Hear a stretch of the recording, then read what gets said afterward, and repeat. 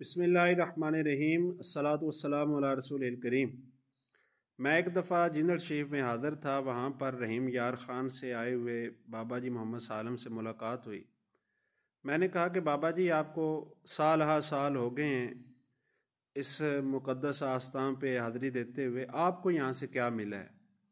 آپ کے علم، اخلاق، کردار اور آپ کی روحانیت میں کوئی بہتری آئی ہو؟ تو میری بات سن کر ان پر گریہ طاری ہوئی اور بہت زیادہ رقت طاری ہوئی، وہ روتے رہے کافی دیر تک۔ جب وہ خاموش ہوئے اور حالت ان کی سنبھلی تو کہنے لگے کہ میں بڑا کمزور دل کا انسان ہوں اور انگلی پر کٹ لگ جائے تو مجھ سے وہ برداشت نہیں ہوتا ہے، میں کسی کی پریشانی دیکھ لوں تو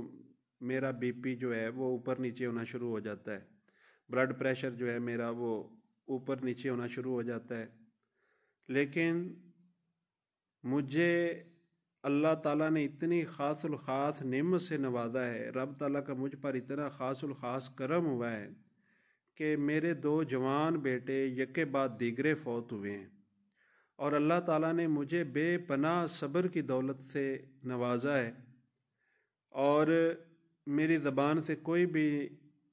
ناشکری کا کلمہ، شکوہ شکایت کا کلمہ میری زبان سے نہیں نکلا۔ میں ایک لمحہ کے لیے بھی اللہ پاک کی نافرمانی میں مبتلا نہیں ہوا۔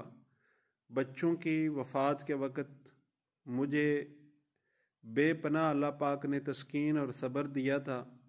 اور میری زبان پر حسبنا اللہ و نعم الوکیل، حسبنا اللہ و نعم الوکیل کے کلمات تھے، اور یہی کلمات حضرت صاحب خواجہ گوہر الدین احمد اویسی رحمۃ اللہ علیہ کثرت کے ساتھ پڑھا کرتے تھے۔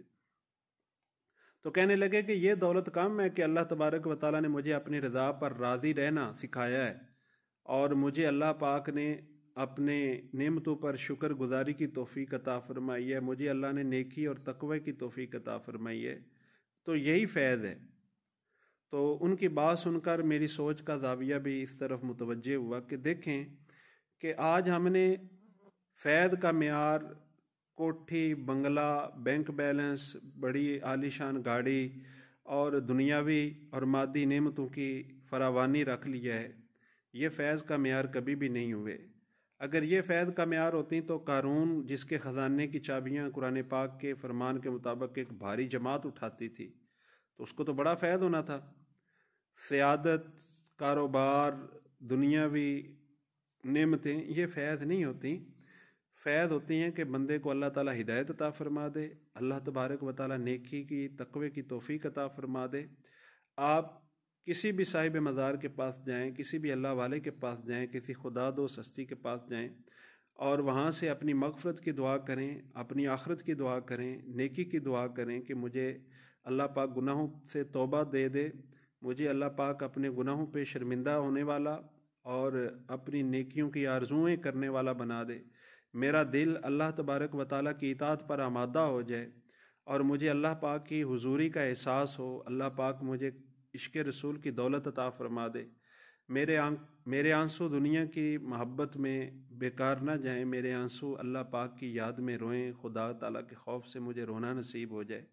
یہ دولتیں مانگنی چاہیے، اور یہی فیض ہوتا ہے۔ میں ایک دفعہ حضرت موسیٰ حجازی علیہ السلام کے مزار پر تھا، تو میاں کاشف محمود گوہر صاحب کا فون آ گیا، تو میں نے پوچھا کہ صاحب مزار کا فیض لینے کا کیا طریقہ ہے، کون سا وظیفہ پڑھنا چاہیے، کون سے اوراد پڑھنے چاہیے؟ تو انہوں نے فرمایا کہ آپ اس وقت کیا کر رہے ہیں؟ میں نے کہا میں وضو کر کے قرآن پاک کی تلاوت کر رہا ہوں۔ تو انہوں نے فرمایا یہی فیض ہوتا ہے کہ آپ نیکی کی توفیق مل گئی ہے، آپ قرآن پاک کی تلاوت کر رہے ہیں، دیکھیں روڈ سے ہزاروں گاڑیاں گزر رہی ہیں، کسی نے میوزک لگایا ہوا ہے، کوئی باتوں میں مگن ہے، تو اللہ تعالیٰ نے آپ پر خاص الخاص فضل کیا، آپ نے وضو کیا، ایک نیکی کے خیال سے ایک نیک ہستی کے پاس آپ بیٹھ کے قرآن پاک کی تلاوت کر رہے ہیں، یہی حقیقت میں فیض ہے۔ تو فیض یہی ہوتا ہے کہ بندے کو اللہ پاک کی اطاعت کی دولت مل جائے، بندے کو گناہوں کی نحوست سے اللہ پاک بچا لے، بندے کے لیے نیکی کرنا آسان ہو جائے، اور بندے کے لیے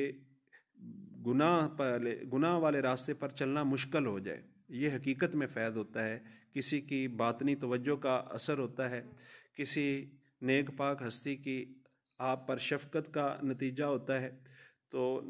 فیض جو ہے یہ اللہ تبارک و تعالیٰ کی اطاعت، اللہ پاک کی فرما برداری یہی ہوتی ہے۔ اللہ پاک کی بارگاہ میں دعا ہے اللہ تبارک و تعالیٰ آپ سب کو فیض عطا فرمائے، بزرگان دین کا فیض نصیب فرمائے، اور جب بھی جائیں اپنی آخرت کی دعا مانگیں اور اللہ تعالیٰ کی اطاعت اور اللہ تبارک و تعالیٰ کی محبت کی دولت مانگیں۔ یہ گھاٹے کا سودا نہیں ہے۔ اللہ پاک یہ دولتیں آپ کو اور مجھ کو، ہم سب کو عطا